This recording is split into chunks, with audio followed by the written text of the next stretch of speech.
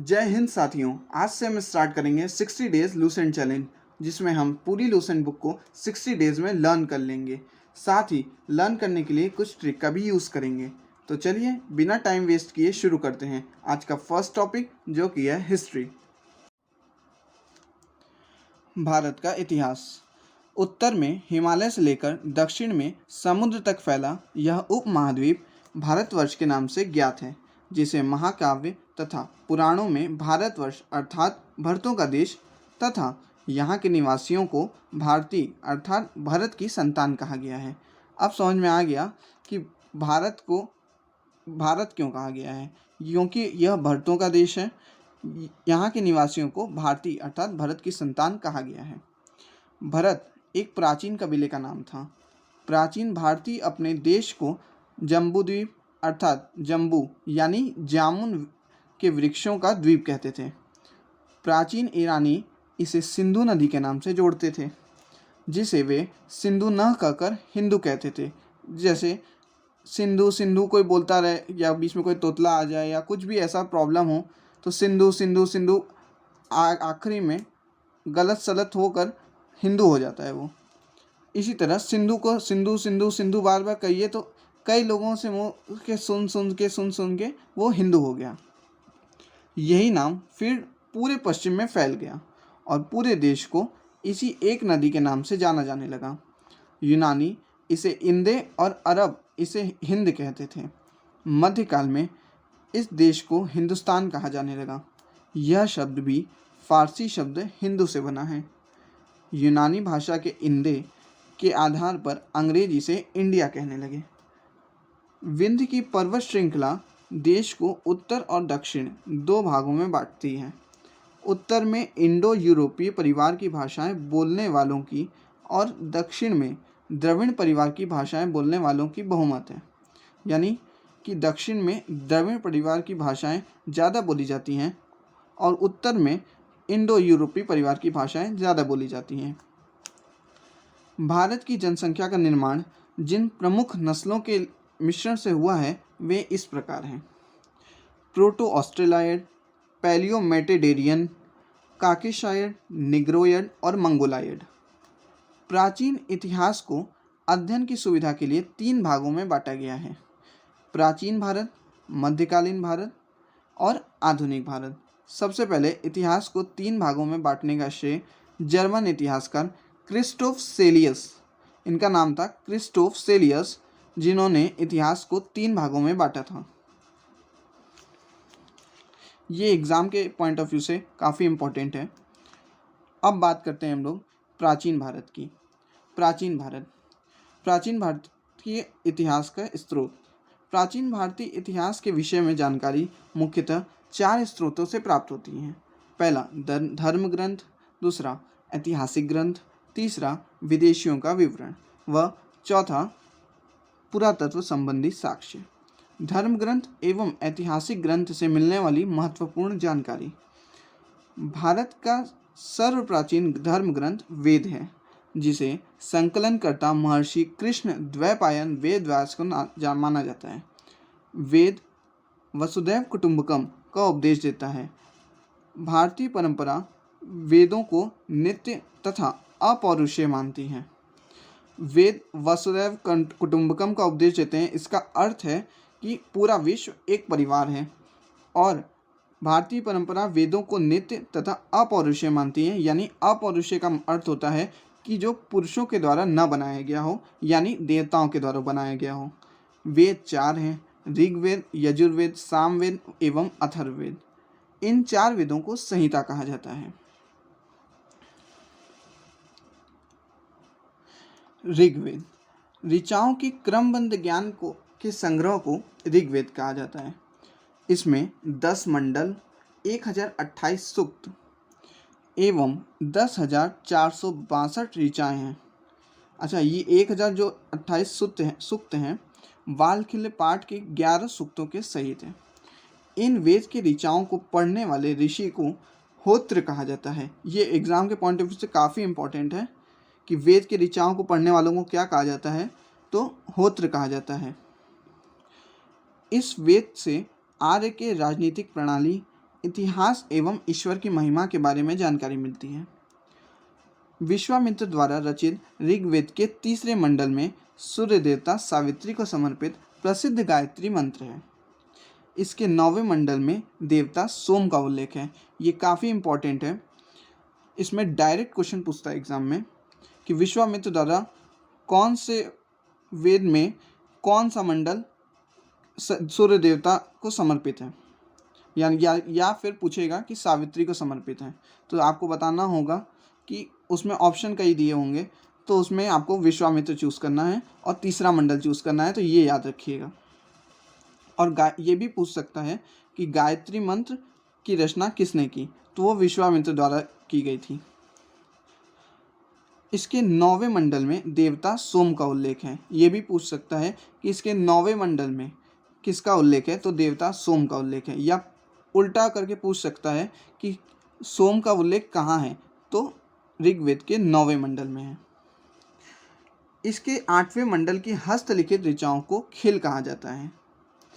चातुर्वर्ण समाज की कल्पना का आदि स्रोत ऋग्वेद के 10वें मंडल में वर्णित पुरुष सूक्त है, जिसके अनुसार 4 वर्ण यानी ब्राह्मण, क्षत्रिय, वैश्य, शूद्र आदि पुरुष ब्रह्मा के क्रमशः मुख, भुजाओं, जंघाओं और चरणों से उत्पन्न हुए हैं।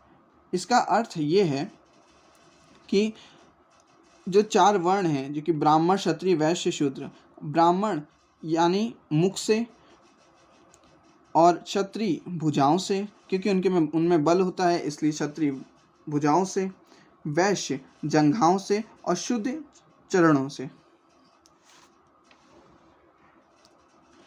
इतिहास को समझना बहुत ही आसान है, लेकिन लोग समझने में रटने लगते हैं। उसको आप समझेंगे तो बहुत ही आसानी से समझ पाएंगे। ऋग्वेद के कई परिच्छेदों में प्रयुक्त अधन्य शब्द का संबंध गाय से है। इसमें हिंदी में पूछ सकता है कि अधन्य शब्द का संबंध किससे है, तो वो गाय से है। धर्मसूत्र 4 प्रमुख जातियों की स्थितियों, व्यवसायों, दायित्वों, कर्तव्यों तथा विशेषाधिकारों से स्पष्ट विभेद करता है। ईसा पूर्व एवं ईस्वी, जिसको ईसा पूर्व ईस्वी में कन्फ्यूज़न है, वो उसके लिए ये है। वर्तमान में प्रचलित ग्रेगोरियन कैलेंडर यानी कि ईसाई कैलेंडर, जिसे जूलियन कैलेंडर भी कहते हैं, ईसाई धर्मगुरु ईसा मसीह के जन्म वर्ष मानी कल्पित है। ये ज़रूरी नहीं है कि 1 साल 2 साल आगे पीछे भी हो सकता है, ये कल्पित है यानी कल्पना द्वारा है, एक अनुमानित कह सकते हैं, पर आधारित है। ईसा मसीह के जन्म के पहले के समय को ईसा पूर्व यानी कि बिफोर क्राइस्ट, उनका क्राइस्ट नाम था तो before Christ the birth of Jesus Christ कहा जाता है। ईसा पूर्व में वर्षों की गिनती उल्टी दिशा में होती है। जैसे महात्मा बुद्ध का जन्म 563 ईसा पूर्व यानी 563 ईसा पूर्व में एवं मृत्यु 483 ईसा पूर्व यानी कि 483 ईसा पूर्व में हुआ। यानी ईसा मसीह के जन्म के 563 वर्ष पूर्व महात्मा बुद्ध का जन्म एवं 483 वर्ष पूर्व मृत्यु हुई।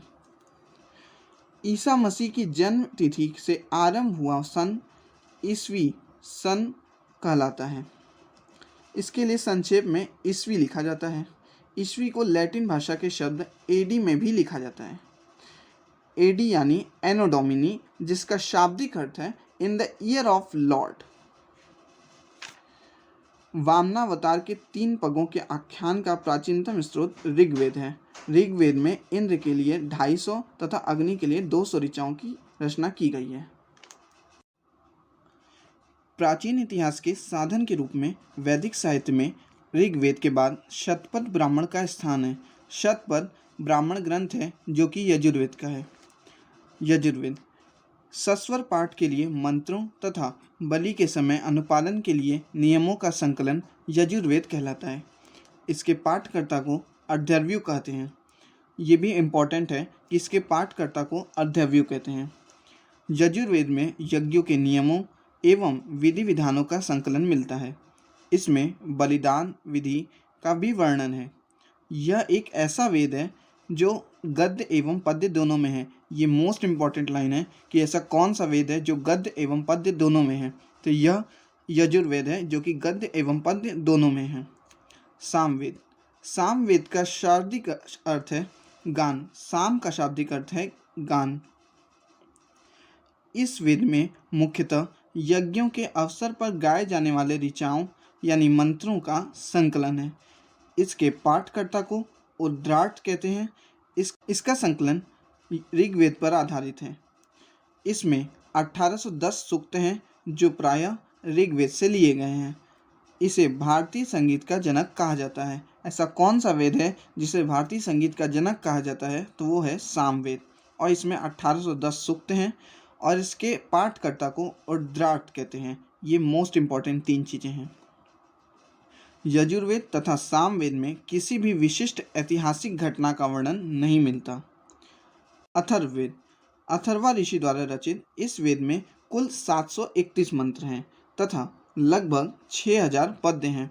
इसके कुछ मंत्र ऋग्वैदिक मंत्रों से भी प्राचीनतम हैं। अथर्ववेद कन्याओं के जन्म की निंदा करता है। ऐतिहासिक दृष्टि से अथर्ववेद का महत्व इस बात में है कि इसमें सामान्य मनुष्यों के विचारों तथा अंधविश्वासों का वर्णन मिलता है। पृथ्वी सूक्त अथर्ववेद का ही प्रतिनिधि सूक्त माना जाता है।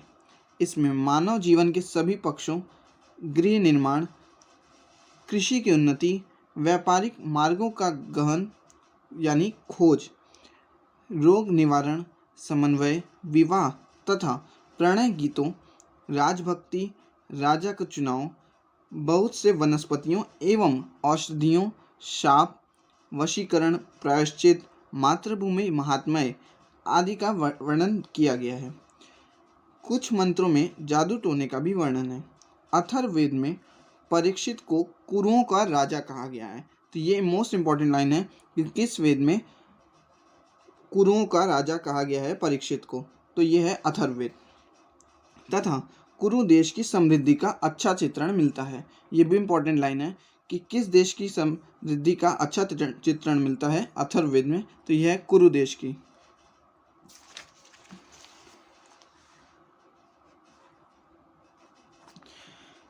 इसमें सभा एवं समिति को प्रजापति की 2 पुत्रियां कहा गया है। वेदों की भी कई शाखाएं हैं जो वैदिक अध्ययन और व्याख्या से जुड़े विभिन्न दृष्टिकोणों का प्रतिनिधित्व करती हैं। शाकल शाखा ऋग्वेद से जुड़ी एकमात्र जीवित शाखा है।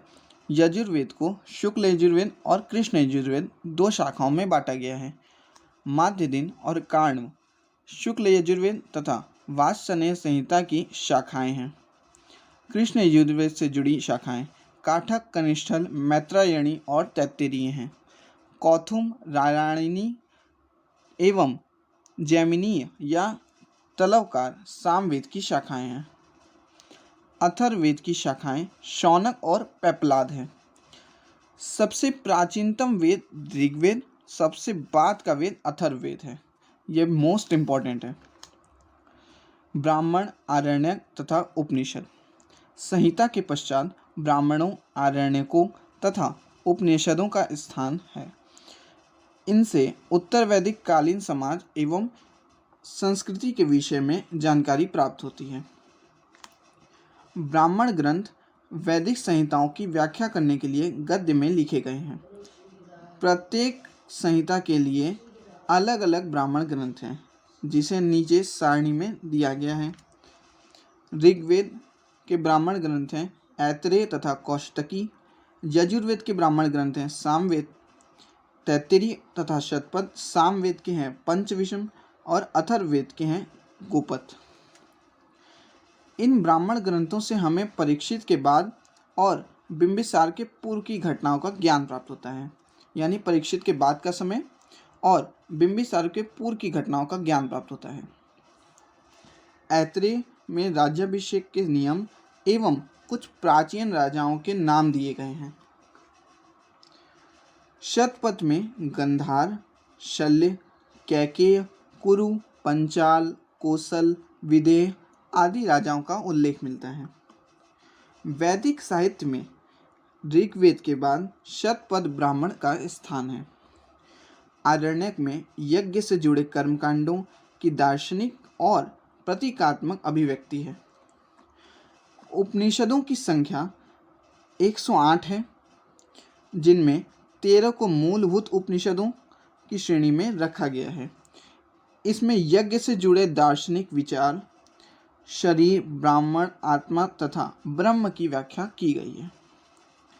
स्त्री की सर्वाधिक गिरी हुई स्थिति मैत्रेयनी संहिता से प्राप्त होती है, जिसमें जुआ और शराब की भांति स्त्री को पुरुष का तीसरा मुख्य दोष बताया गया है। शतपथ ब्राह्मण में स्त्री को पुरुष की अर्धांगिनी कहा गया है। जाबालोपनिषद में चारों आश्रमों का उल्लेख मिलता है। स्मृति ग्रंथों में सबसे प्राचीन एवं प्रामाणिक मनुस्मृति मानी जाती है। यह शुंग काल का मानव ग्रंथ है। नारद स्मृति गुप्त युग के विषय में जानकारी प्रदान करता है। ये सबसे इम्पोर्टेंट है कि जाबालोपनिषद में चारों आश्रमों का उल्लेख मिलता है। तो पूछेगा किस उपनिषद में चारों आश्रमों का उल्लेख मिलता है, तो जाबालोपनिषद। ये भी इम्पोर्टेंट है कि उपनिषदों की संख्या कितनी है। वेदांग एवं सूत्र। वेदों को भली भांति समझने के लिए 6 वेदांगों की रचना की हुई। ये हैं शिक्षा, कल्प, निरुक्त, व्याकरण, छंद एवं ज्योतिष। शिक्षा यानी शुद्ध उच्चारण शास्त्र, कल्प यानी कर्मकांडी विधि, निरुक्त यानी शब्दों की व्युत्पत्ति का शास्त्र, व्याकरण, छंद तो सबको पता ही है, और ज्योतिष तो किसी को बताने की जरूरत ही नहीं है। वैदिक साहित्य को अक्षुण्ण बनाए रखने के लिए सूत्र साहित्य का प्रणयन किया गया। श्रौत गृह तथा धर्म सूत्रों के अध्ययन से हमें यज्ञीय विधि विधानों, कर्मकांडों तथा राजनीति विधि एवं व्यवहार से संबंधित महत्वपूर्ण बातें ज्ञात करते हैं। प्रमुख सूत्रकारों में गौतम, बौधायन, आपस्तंभ, वशिष्ठ आदि के नाम विशेष के रूप में उल्लेखनीय हैं। सूत्रों में गौतम धर्म सूत्र सबसे प्राचीन माना गया है। तो ये इम्पोर्टेंट हो गया कि सूत्रों में सबसे प्राचीन धर्म सूत्र कौन सा है, तो वो गौतम धर्म सूत्र है।